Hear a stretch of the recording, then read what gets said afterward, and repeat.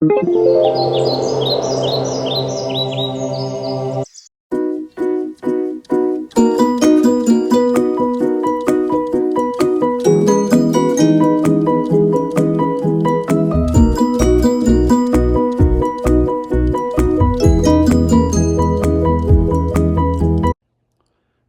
and welcome.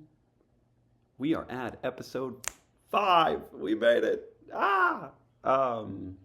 Thank you for joining me on this journey, if you have from the beginning, or thank you for joining now. And my name is Dr. Morris Franco, and this is going to be my presentation on the psychosocial breakdown of the Syrian Jewish community. That is my community of origin, and it'll be based on my experiences within the community and relating to the community, as well as some opinions I've developed over time.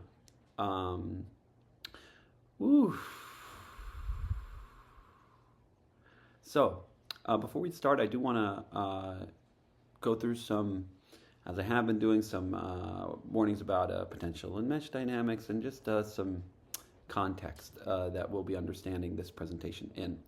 So the first is the ad hominem fallacy, or logical fallacy, or the ad hominem defense. That is not to be confused with the 2004 GameCube classic Alien Hominoid. So ad hominem, basically, imagine two people are arguing, and I'm arguing that the sky is blue, and I scream, "The sky is blue!" And someone else screams, "What are you listening to him for? He's not even wearing a shirt." So while what they're saying might be true, it is also very likely not relevant to the discussion. It can be, but many times it's not relevant. And what it's actually doing is manipulating the audience to not listen to the person by discrediting them. And also while doing that, it avoids answering the actual challenge that the person brought up. In this case, that is the color of the sky. So ways through this defense or fallacy that is so often used in politics and used successfully is so to push people for answers to the actual challenge or question, and not to get swayed by comments like, "He's just a crazy shirtless man," or perhaps even some dismissive homophobic slurs they might use. Wow. So while there are some cases where this has been done in some extents before, but I think there's a lot of reasons this hasn't been done. And one of the lines came up in my head while I was working on this, which is the internalized statement of, "Haven't I put them through enough already?" So this kind of statement is a symptom of classic enmeshment. I would even call it identifying with the oppressor, or Stockholm Syndrome. So Stockholm Syndrome was based on a case where a bank was held up at gunpoint, and the people who worked at the bank actually defended those that held them up in court, and which is a wild thought, but I think actually develops to keep people safe. I mean, if people were being oppressed or threatened with their life, it would make sense psychologically by siding with those threatening you, you can stay safe.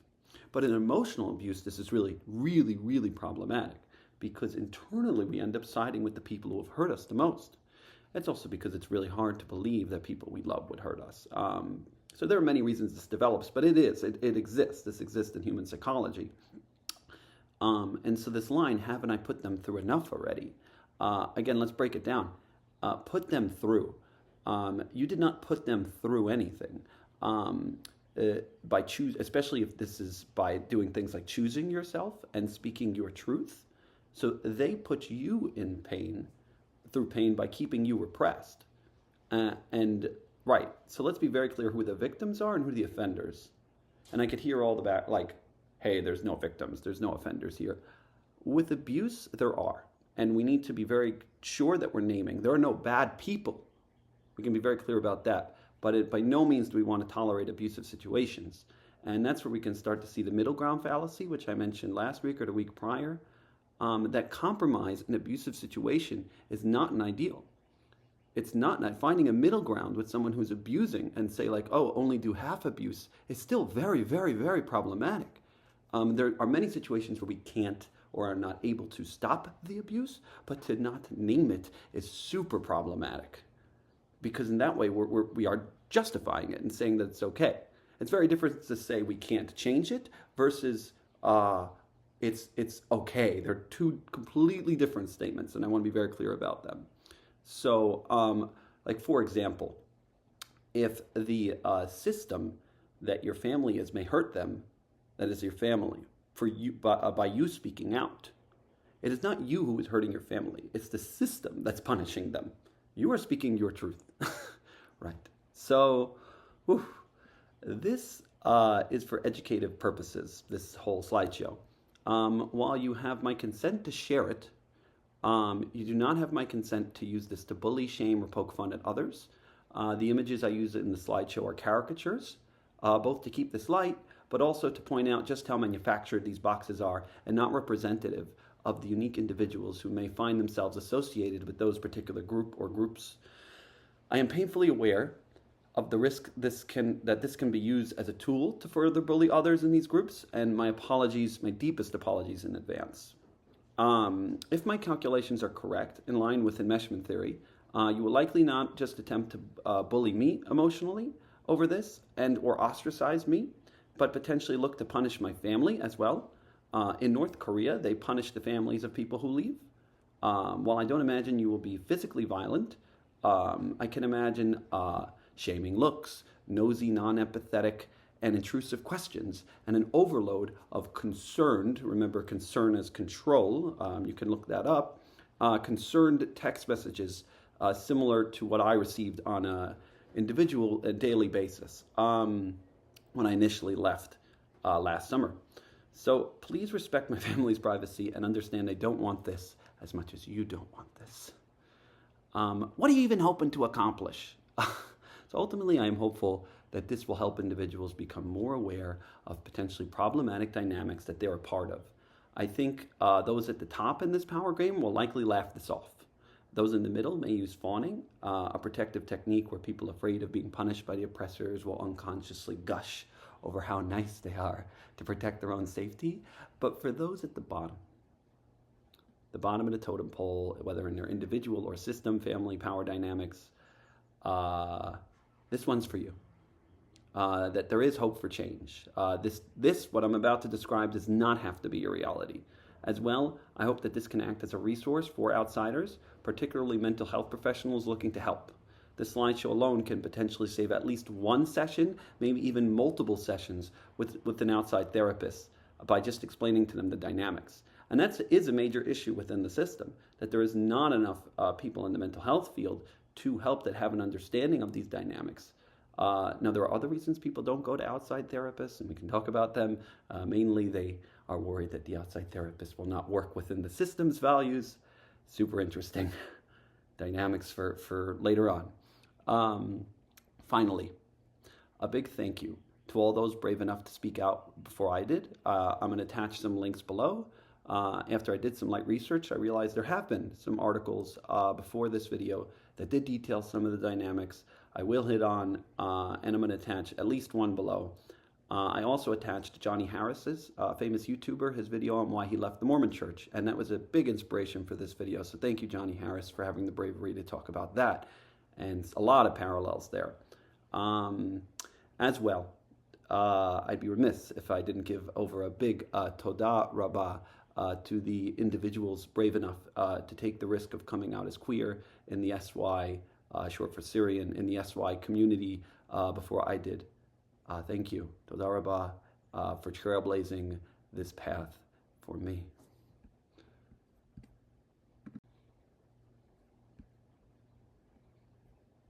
Okay, so just an introduction, and we'll go through, so this is everything we're going to hit on today. I'll give over my general introduction, some big no-nos, the gender roles and expectations, common issues.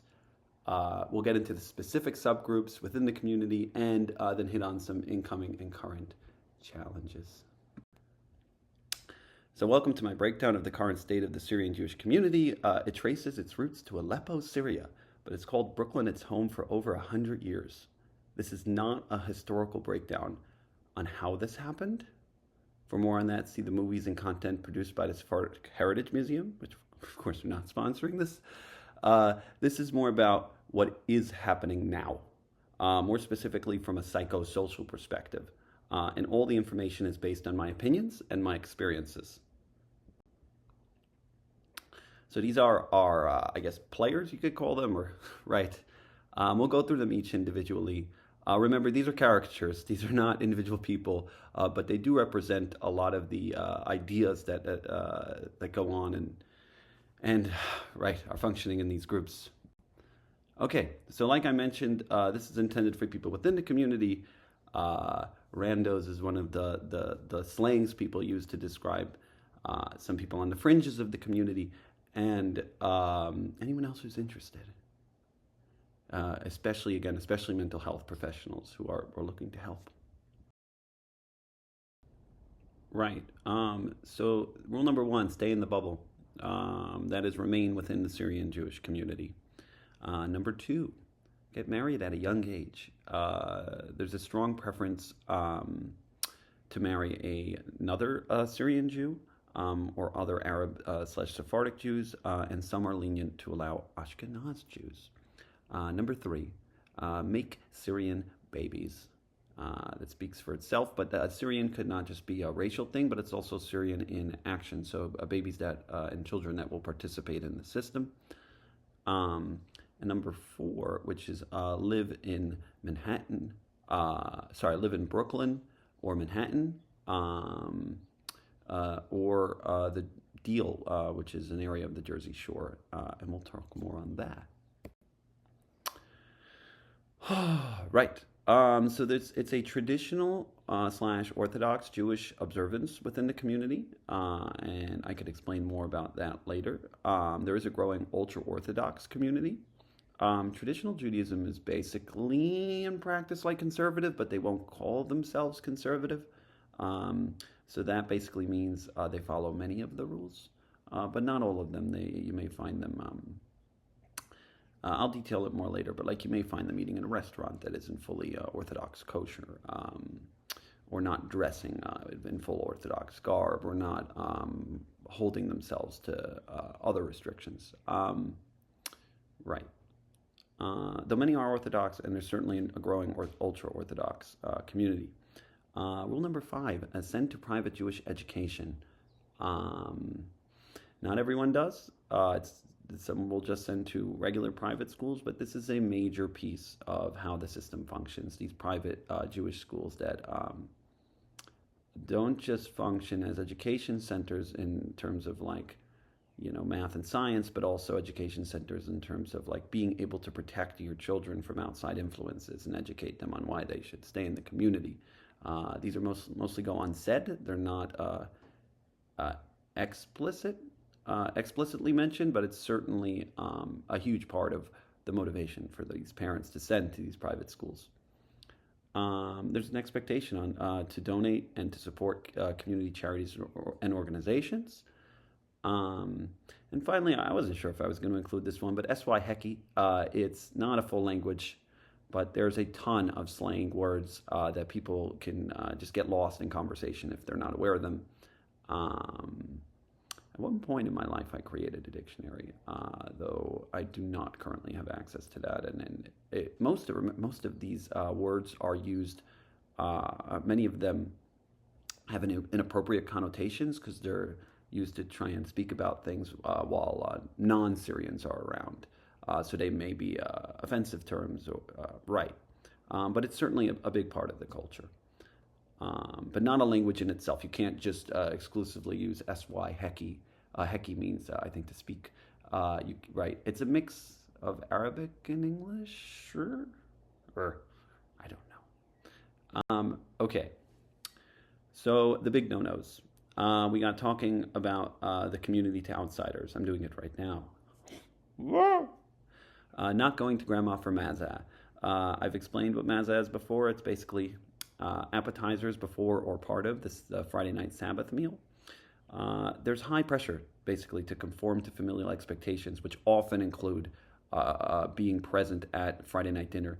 Even after couples get married, there is an expectation from both sides to attend uh, the Friday night dinner ceremony. Um, a big no-no on marrying a convert. I'm going to talk about the edict later. It's very specific to this sect of Judaism. It's one of the only ones that does not accept conversion at any level beyond few rare exceptions. Um, Marrying a non-Jew, of course, is a big no-no. Even dating a non-Jew is very problematic. And living with a partner unmarried, even if they're Syrian, almost especially if they're Syrian. Right. You don't hear about that a lot. I'm sure it exists to some extent, but yes, big no-no. Number 4, premarital vaginal sex for women. Right. Definitely a lot of double standard. You'll see that here, but we'll keep moving. Moving outside of the New York City / deal area. So if I mean, it was a very big deal when I was considering like Baltimore as a potential option when I was in the religious world. That would have been a massive, massive deal for me to move somewhere like that. Moving like an hour north of the city is a massive, massive deal. To not live within the boundaries, which include basically Brooklyn, parts of Manhattan, and parts of the Jersey Shore, you are setting yourself up for a lot of backlash and certainly breaking one of the major community unspoken rules. Number 6 would be sending kids to public school. With shifting financial situations, this is going to become more of an option, most probably, but right now it's more on the rare side, and it's certainly one that is not an ideal for families.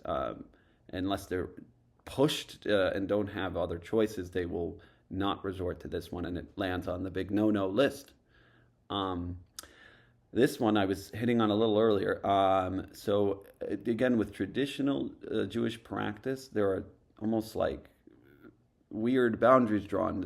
I say weird in the most compassionate way I can, because the Orthodox rulings on what kosher is are very specific, but that gets blended, and people will, instead of just saying like I disagree with it, they'll draw a new line on what is kosher and what is not. So one of the lines that have been drawn is they won't eat meat, or shellfish in a non-kosher setting. So they will have like the dairy product or the vegan product, but not the meat product or the shellfish product. Again, you'll see this a lot also in conservative Judaism. This is not unique to my subset of Judaism, reform as well. But I have here, literally, this is a quote from when someone's mom found out they had a burger with their friend that was non-kosher. You ate taref? And, right. It may seem exaggerated, but this is, it really has to be, it's a big no-no. It's when my mom found out I had shellfish once, she had like a look of just such shame on her face. And it's been, to this day, it's hard for me to eat non-kosher meat or shellfish. I still struggle with some of the emotional, internalized no-no in there, like that this thing is bad. And of course, finally, how can I miss LGBTQ plus expression? Before my video on 2 weeks ago, 3 weeks ago, whenever the video was, before that video, there was nobody to my awareness. Maybe I am so sorry if there was someone before me and I just didn't know, but no one to my awareness that had come out as gender fluid or trans, and a handful of people who have come out as gay. So yes, it's a big no-no. Whoosh. So here we have our role overview of men. Abo Jabo. I don't know exactly what Abo Jabo means. I know Abo means but. I believe this is a way of saying that a man is just a butt and a wallet. But I would want that confirmed. But yeah, like a body and money. Okay, I'm going to try and it's going to be very difficult for me if you haven't seen it already, try and be objective, but some of this stuff is going to be really hard. So pardon my subjectivity as I roll through this. So there's little emphasis on the importance of college, and certainly was for me growing up. Um, Though that is certainly changing with the changing job markets and financial situations. It is still rare to get a degree outside of New York City area. That can be for financial reasons, but also as well for reasons of wanting to keep people in a controlled system. Who knows what's out there? You know, I went away to college. I got to go to Boston. Oh, and look what happened to me. Um, so it's important that they'll work a job that will make a lot of money. This system is expensive. I would love to make a T-shirt that says "SY runs on money," like one of those, you know, the Dunkin' shirts. The available jobs for men are usually in real estate, wholesale, retail, finance, tech, or hard money lending. Um, and more on that in next week's episode, and why I think that kind of business opportunity comes up as an option for many. Uh, this is a great opportunity to mention. I am the third male Syrian psychologist in the system, to my awareness. I would love to be corrected, but that was my understanding. I know there was one before me and another in my cohort. Right. I guess tied for second. There are definitely some female social workers and some women who have even doctorates. Um, but I vividly remember the pushback I got when deciding to be a psychologist, and this idea that this field would not make nearly enough money for me to be able to participate in the system. This came from all areas of my family and extended family. Um, and I can imagine I'm not alone in that. So there's an expectation that men will get married between the ages of 22, and I'm going to extend it out pretty far right now till 32. Uh, um, so, and it definitely, there's more pressure on women, but don't miss the pressure that exists on men to get married. Certainly by 26, it's on, and that is not just from the mothers in the system, but can be very much. But comes from all directions. Friends, comparisons. It's this. I mean, I can give a whole presentation on just men in the Syrian community, but for time purposes, we'll keep going. So men are allowed to have premarital sex, but preferably with non-SYs, as in have your fun on the outside, which objective. It can be racist and objectifying of other human beings who are non-Syrian, and can lead to problematic dynamics like that within men. There's certainly a double standard here, and we'll get to women next. Right. And for men, of course, there's a large de-emphasis on emotional and artistic expression beyond cantors and rabbis making speeches, I guess, if you want to call that emotional and artistic. Feelings? What are those? What are you... Right. I know I didn't start writing poetry till I was 25. And like just a desperate spot. It was COVID. I needed an outlet. But that's certainly not something that I saw men doing often, writing poetry and talking about it or drawing. I guess maybe some music? I guess music was an outlet. That's not uncommon. Right. But certainly, not... I don't think any parent was that amped up about their kid going into music. Okay. The ladies, the women. The shatra. A shatra, it means, it has many definitions. Some people like the word, some people don't like the word. I'll just say it's associated with homemaking, right? And being I think a subservient and wife who takes care of her husband and family. So there's this idea that they'll get married young, marry a wealthy man, and look attractive and protect their virginity. These are instilled from a young age and permeate throughout their lifetimes.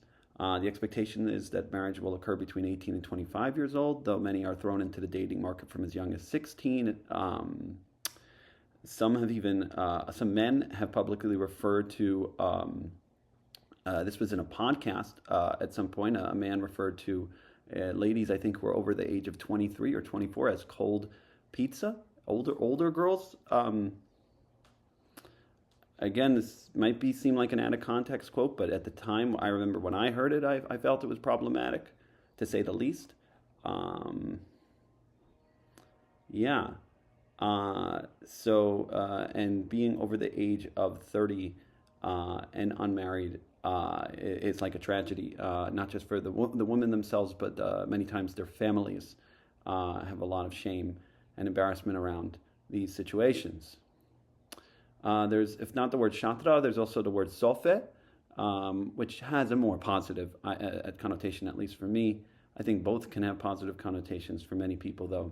Sofa is this like warmth in the home, um, the delicious smell of warm cooking food, and of course, right, they're making delicious food as part of their job description. Um, Also, now there is some expectations to make money with finances being a major point of emphasis in families throughout the system. But those jobs often, at least when I was growing up, were like baking, party planning, exercise teaching, or perhaps writing. Many often didn't go to college. I know, yeah, and many are now choosing to go. And there's an increase in more professional jobs. I'm not, it does not exist. There are a lot of very successful professional female Syrian business ladies, but the more common would be the school teachers, nurses, occupational therapists, physical therapists, and social workers. Um, and you're seeing more of this. Uh, so some common issues. So enmeshed family dynamics, narcissistic mothers, angry and overstressed authoritarian fathers. You might say, "Hey, man, don't project your stuff onto everybody else." I think this is actually a common thing throughout the system. It's not. It's not. What is the word? It's not in all cases, but it certainly exists, and is something that I think is a product of the system. I think it's part of how it works. There's just definitely a strong shame-based culture. If something happens publicly, it can easily become the talk of every Shabbat table. Did you hear about blah, blah, blah, blah, blah? Um, Thank you for the free marketing. So we have men's issues, which I hit on, financial pressure, uh, struggles with emotional expression, anxiety, depression, substance abuse, and in some cases, suicide. Uh, and of course, none of those issues are exclusive to men, but due to the dynamics occur a lot in men within this community. And for women, that body image issues, eating disorders, anxiety, depression, and strong pressures to get married and have children. I can hear the screams. This is not just exclusive to this community. This goes on. Yes, but because of the insularity of it, these things are all magnified on a higher level. And I do think I don't have studies or data to show it, but anecdotally feel that way. These feel bigger and more pronounced. Okay, let's go to our subgroups. Um, First up, we got our jet sets, HL. This is where I've come from. Was my original subgroup. We didn't refer to ourselves as this. I didn't even like when people would refer me to this, but looking back, I was certainly, and my family was certainly, and probably still is, that we'll see the outcomes of these videos. God bless. Um, the So jet set HL, it usually means very wealthy and or a high social status. Within this system, there's higher expectations on men to make money, higher than the rest of the system, and lots of it. And there's higher expectations on women regarding their body image and clothing. And you'll see more pressure to do things like plastic surgeries and high expenses paid on just staying fit and having the nicest clothing. So in order to be in this subsection, it's almost a requirement to have a house in the Deal, New Jersey area for the summertime, typically near the beach, and with a pool for hosting parties on the beach, preferably. And in Brooklyn, typically there's a certain area that's where most of these, the most expensive area in Brooklyn for the community. But though there's some exceptions, and we'll get to the New York City Upper East Side in a later slide, there's these vacations.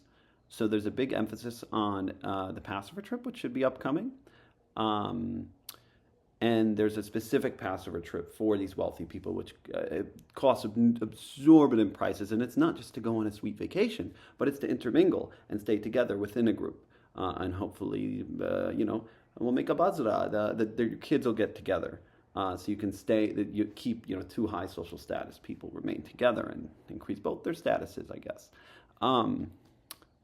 But it's not limited to the Passover trip. There's other things like destination bar mitzvahs and weddings now, and really important to get on that invite list. And the other winter vacations. Right. So you have these big expensive parties, big expensive weddings.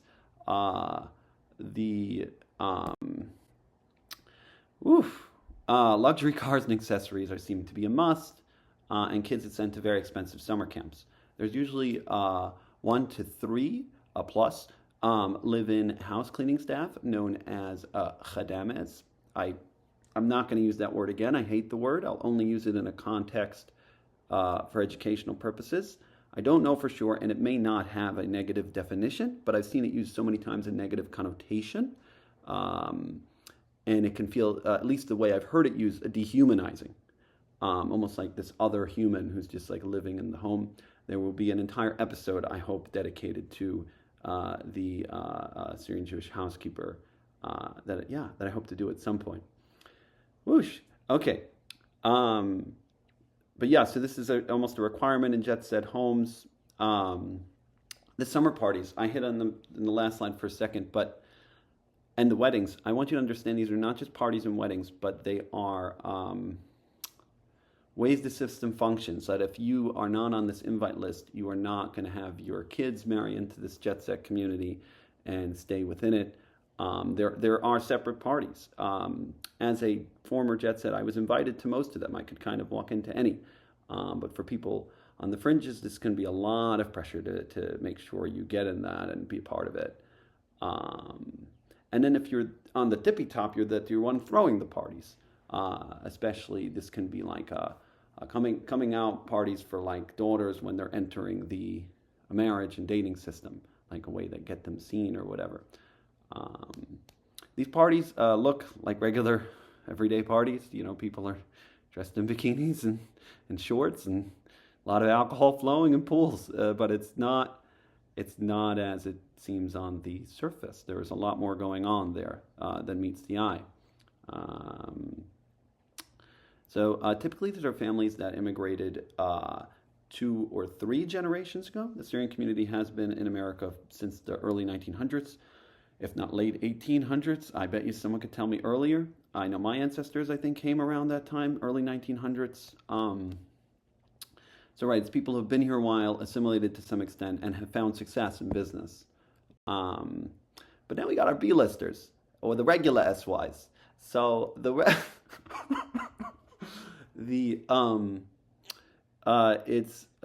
may have noticed my accent. If you remember me, my accent to this point has certainly shifted by spending time outside of the community. It's been a real interesting process watching and listening to that, down to how I pronounce my name now is Morris. It's right. So anyway, we have our B-listers. Again, I'm trying not to use this term as judgmental, but it can certainly come off that way. And but this becomes a section of the population and has its own rules. It's still, if you can imagine, still in the 1 to 5% of a top 1 to 5% of American wealth, and you'll see why, of what they have to afford to remain in this regular SY or B list group. So they usually have a house in Brooklyn and Deal, though they may rent and not own in the summertime. Or may stay by a relative. Luxury cars are still somewhat an expectation, as well as the summer camps, but perhaps less luxurious summer camp options. There are some middle ground options. Middle ground, there's still, absorbent prices. And perhaps only one housekeeper or day worker. And they're not going to be able to afford the Highline Passover trip or the fancy winter ski trips to Aspen, but they can attend a Passover trip, usually in Miami, and of course Aruba, which deserves its own episode. But Aruba is basically a winter break scene for dating, and this is massive, massive. If you want your kid in the dating scene, they must go to Aruba. I went for 4 years myself, and I could write a book on just Aruba alone and the dynamics of Aruba, but for another time. There's pressures remain on the men to make a lot of money, if not more, because there's all this class pressure to want to be like a jet set, I guess, and on the woman to bag a jet set, as in to get one and convince them to date you. This was certainly a power that I noticed when I was in the system that I never felt fully comfortable about, and will talk about at some point. I'm not. There's things I wish I can take back, things I wish I understood at the time more. But this exists. This certainly exists within this category. Like after a girl comes home from the party, their mom hopes that she talked to. She'll interview her almost and find out if she talked to the the high line family last names. Right. So there's sometimes higher pressure given this image as middle class, despite the high relative income to the rest of the United States, and they may struggle to get invited to the HL parties, especially if they're not good looking or cool, whatever that means.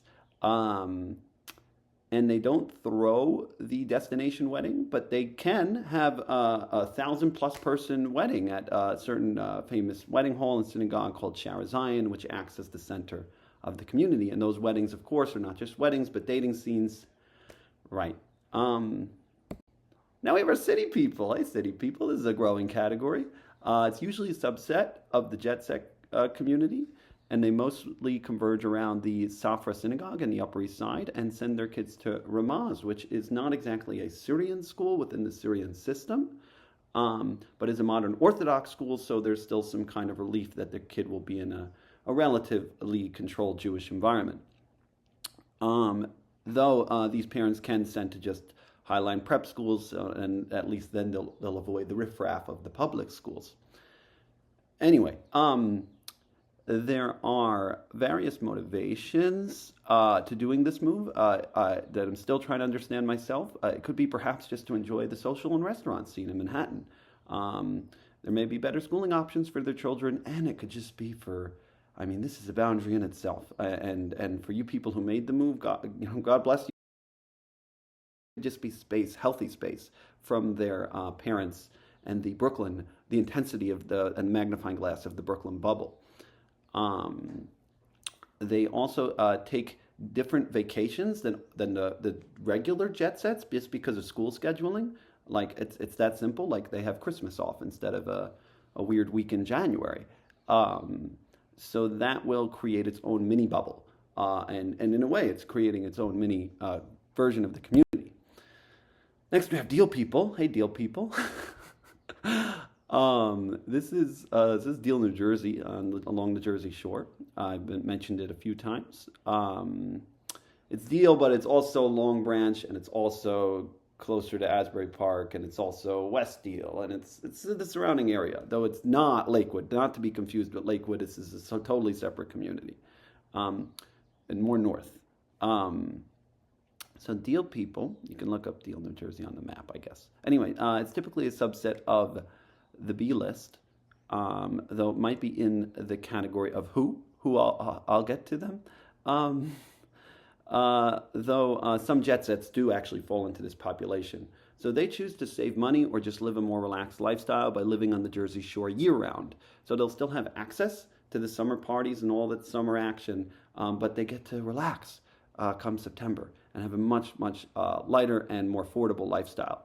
So it almost acts as its own mini community, though within that community there's a strong divide between the ultra-Orthodox and the not-ultra-Orthodox, I guess, whatever we want to call them. The regular SYs, I guess we can call them. Right. But more on that below, and what some have called a borough branch. So who? Who'd you talk to? Who's that? Who's their parents? Right. So the estimated size of the community is 75,000 to 100,000 people, and I can't imagine more than 20,000 to 50,000 are active in the SY community. Where are the other 25 to 50,000? Maybe they are religious, and I just don't know about them. Maybe they stay in Brooklyn, in the summertime, so you don't really see them around that much. And maybe they left. No one talks about it. I don't know how it's this big. It's not the size of the community, at least that it felt like for me, that I interacted with on a more consistent basis. Though maybe I don't know. This is just a curiosity for me. So they may come to deal for a summer weekend, or stay with friends and family in Aruba to get seen on the market, and they're kind of still to some extent part of the community.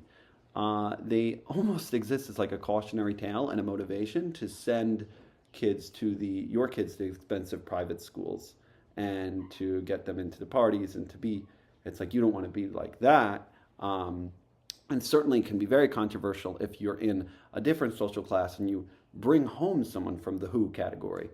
What's that? Like, especially this is based on the funny pronunciations maybe of their last names. Who? Yeah. The edict. The edict. This one's big. All right. So this is a document that was a pillar of the community created. The document was created in 1935, to my understanding, in an effort to prevent all intermarriage, all conversion was banned. Did I say all conversion? Right. As well as marriage to converts. The children of converts can be banned from participation in ceremonies, in synagogues, and from marrying community members, and can have their businesses boycotted, and that happened recently. There's very few exceptions beyond people who are grandfathered in, or very, very rare cases. This law was made based on understanding of the assimilation that was already happening in the Jewish communities all over America. Remember, for the Syrians, this was their first taste of the Western world, coming from Aleppo, or potentially their first taste of the Western world. And there was new challenges that awaited them, including hot, blonde Goyas, shiksas, or non-Jews, basically, is what that means. It was highly successful, and it's highly successful in its intended goal, at least. There are very low intermarriage rates right now in this community. Though questions remain if it'll stand the test of time and this cultural melting pot that we sit in. All right, there are racial divides even within this racial subgroup. See, the whole community is not, this is why it's hard to explain, it's not just a religious community, it's a racial-religious divide. Not everyone within the Syrian community is exclusively Syrian. Like I said before, there are other kinds of Sephardic. But the whole thing is a racial divide. It's based on race, not just religious practice. The religion acts to help the system function. It's a tool within the ratio bubble. Right. So we have our boats. I hate this, another term that I hate, but again, I'm going to use it just to name it, to say this is out there and this exists. They immigrated from Syria to the U.S. Later than 1980, and was often used in a derogatory manner. And it's more of an identifier, and there's less stigma around it. But it's still, at least in my heart just hurt when I said it. Imagine, look at that date, 1980. That's like almost 50 years ago, and they're still considered boats. They're often bullied, mocked, and ostracized by other members of the community, though that's changing as they're becoming more Americanized. And of course, the rich boats are exceptions to this, and they're accepted by all very readily and very warmly. They're typically darker skin tone and have parents that may have stronger Arabic accents and trouble speaking English. Insert all your offensive Arabic stereotypes here. Typically higher expectations to adhere to community expectations. That is a younger marriage age on the woman, and no to little college emphasis for women, and maybe on the men too. And more emphasis on having children, potentially. Though you could speak personally to people more within that group. This was somewhat separate than the experience I had, for sure. As I'm like a third or fourth generation American Syrian Jew. So typically, these families can be more religious, though there are certainly exceptions to that. Next, we have our J-dubs. That's short for JW or Jew, another derogatory term. At least it felt that way, and people can argue me on this. It felt like an othering. So this was a slang for referring to Ashkenaz, which are typically Eastern European Jews. It's not as common, but there are many cases of Ashkenaz people marrying into the community or moving into the community. They're often accepted, though not with the warmest of open arms. And what I was always told was if they want to be a part of it, as in like you can marry an Ashkenaz if they come and act like a Syrian Jewish person. In some more rare cases, entire Ashkenaz families can move in and integrate within the Syrian system, and there have been successful examples of this. Ultimately, with these families, it depends on just how much they're willing to participate in the system, and many times also wealth status can smooth things over, as it did in the boat section. It would work the same way here. So there are other factors. There was at one point a huge divide between the Shami and the Halabi, that is from Damascus or Aleppo.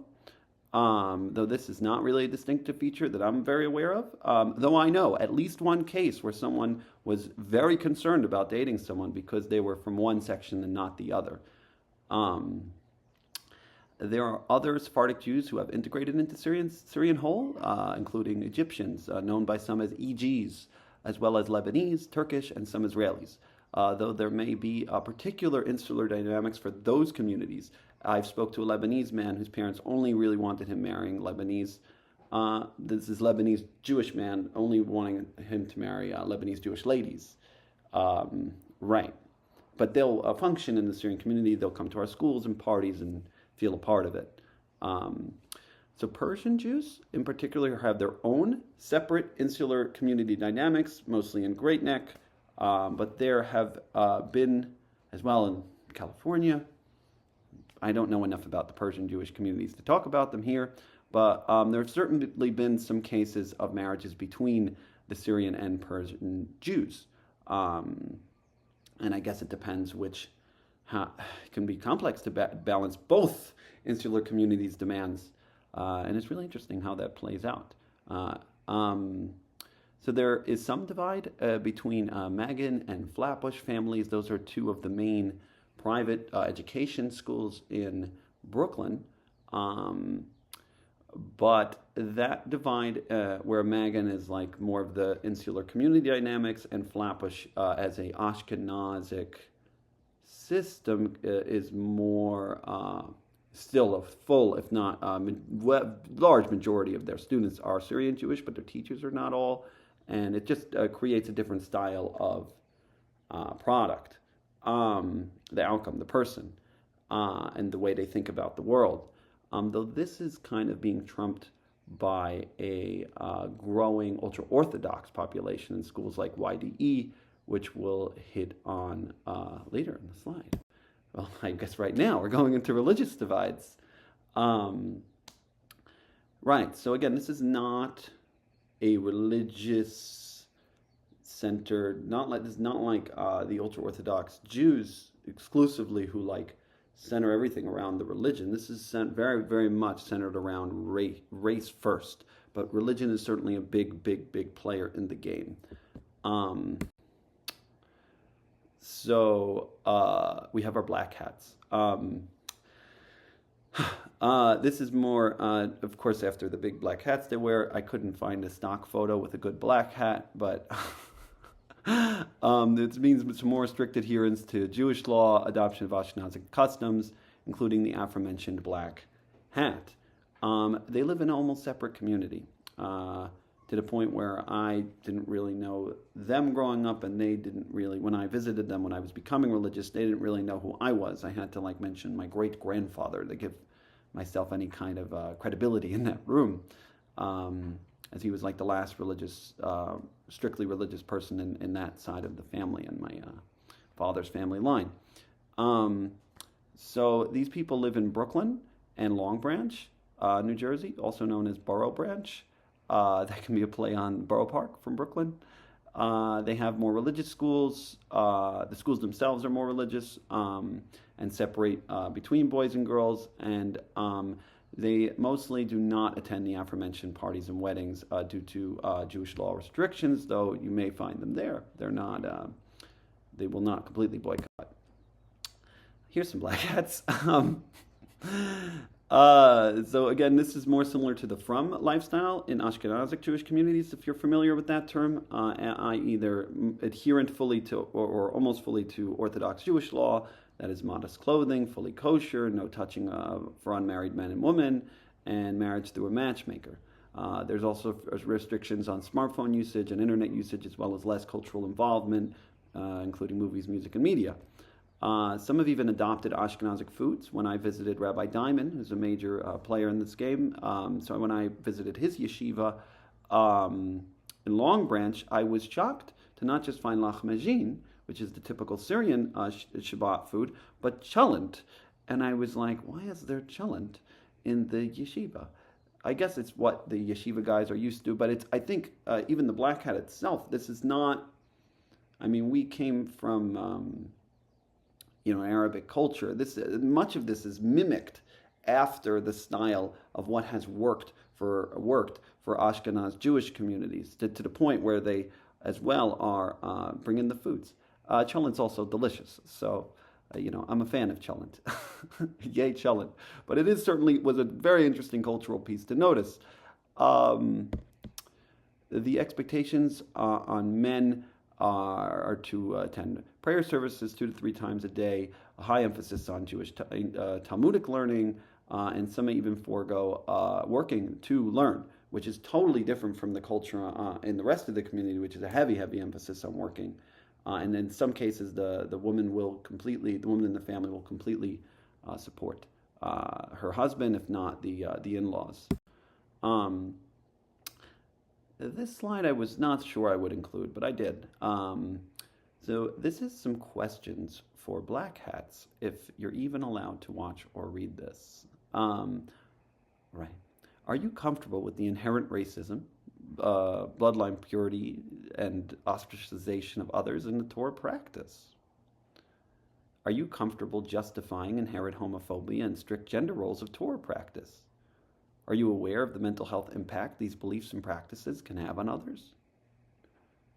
Do you really believe the Torah was for Moshe at Sinai? And how might your relationship with God be a replay of your relationship with your parents? Have you heard of spiritual bypassing? Right. We'll continue. White hats. This is basically a mix of modern Orthodox and conservative Judaism.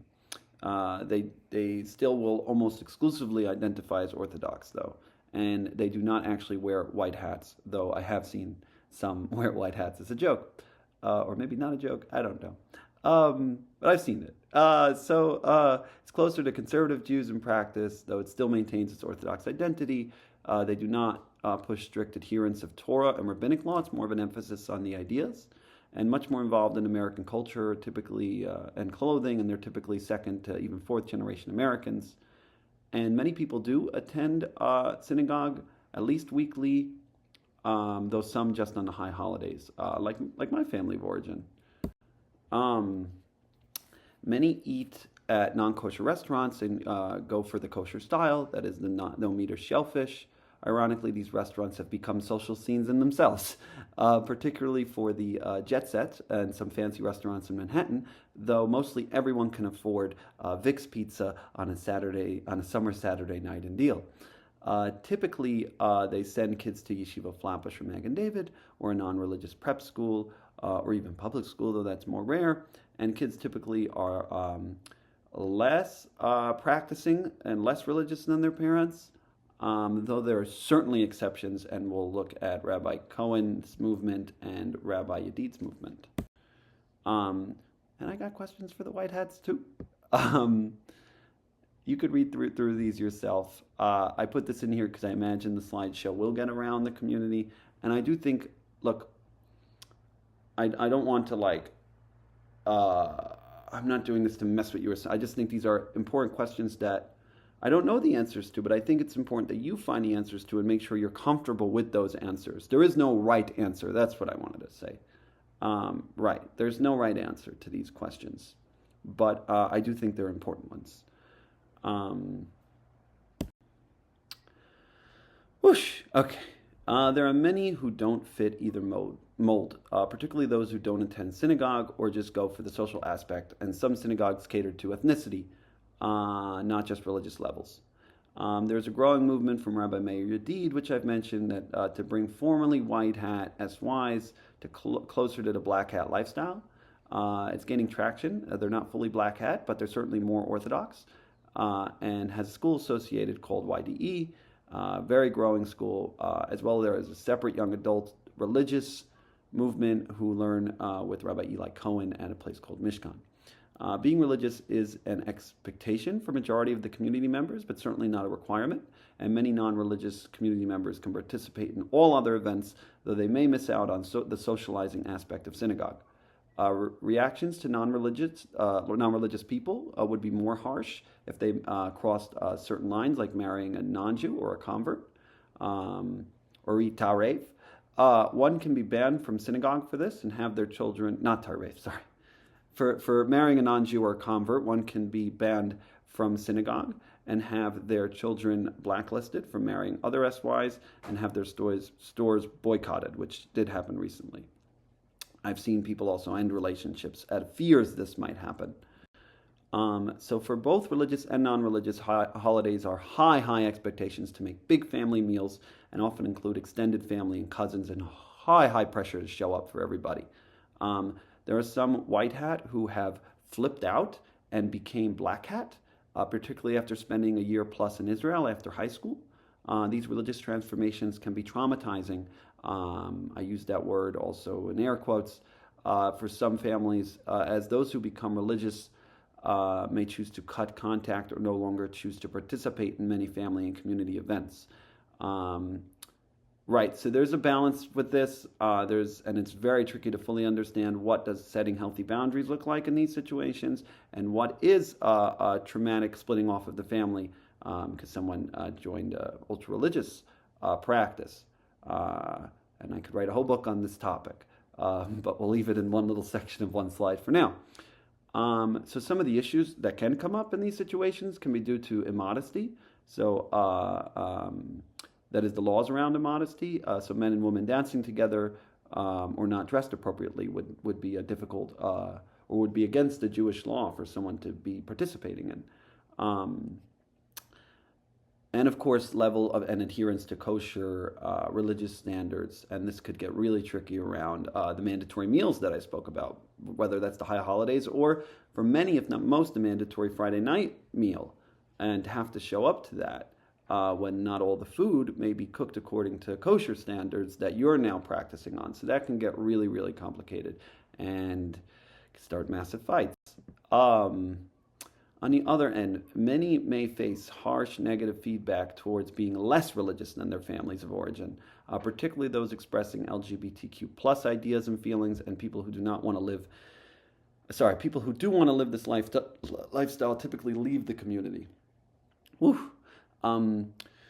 Religious conflicts can come up in seemingly minor family conflicts, including kids who don't want to attend synagogue being forced to by their parents, or a girl being shamed for dressing immodestly or getting around.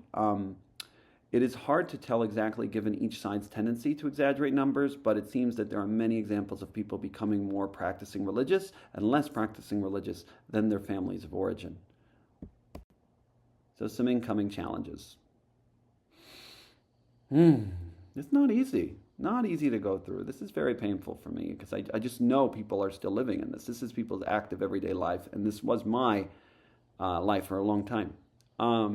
Thank you for sticking through it with me, and I appreciate your empathy and patience for all my reactions as I read these slides. Okay. Increasing difficulty to, so these are some of the challenges. There's an increase in difficulty of keeping up with the current lifestyle expectations. So there's less financial opportunities. We're long past the golden age eras of entering the wholesale and retail games and the ease of entry to real estate. Imagine we were in New York City from the 20s, which set us up great in the 50s, and then the 80s to be in on the real estate. And boom! And just not, I think I'm going to mention this in my next video, but a great chapter to read on what the mix of, a great mix of opportunity and work ethic when they meet is Malcolm Gladwell's chapter in the book Outliers on the Jewish people in New York City in the 20s. It's not about my community, but it might as well be. Just fast forward 30 or 40 years and find my community, particularly in the real estate field, but certainly in wholesale as well, and for a time in retail. So the entire system is dependent on finances. Full stop. This can affect, maybe not totally, but mostly. I don't know if you've seen just how much I just described, whether it's the summer homes, the parties. This stuff is expensive, and the private schooling. So this can affect affordability of schools and decisions to have more children for a lot of families, which a lot of families are now facing. So this generally could lead to a birth rate decline, and divorce, with the divorce trends increasing, and as they continue to adhere more closer to the countrywide trends in the United States, it's tricky. It's tricky to keep the whole system flowing. And of course, the gay, the rise of the LGBTQ plus and anti-insularity ideas.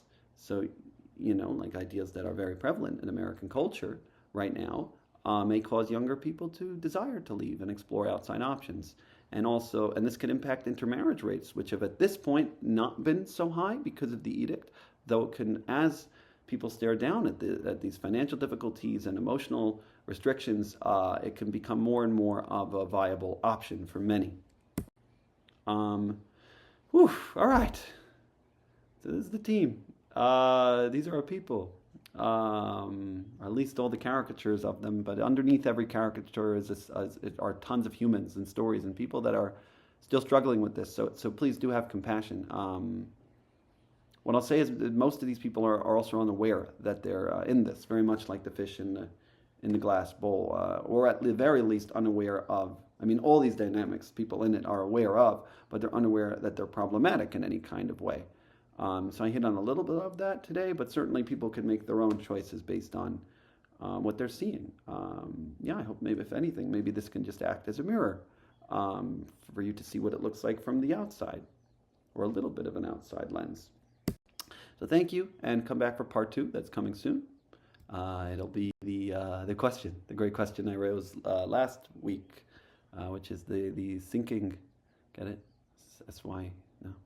Okay, the sinking ship that may be the Syrian community. It's with a question mark. Is it not? Is it functional? Is it all enmeshed? Questions I will hope to answer.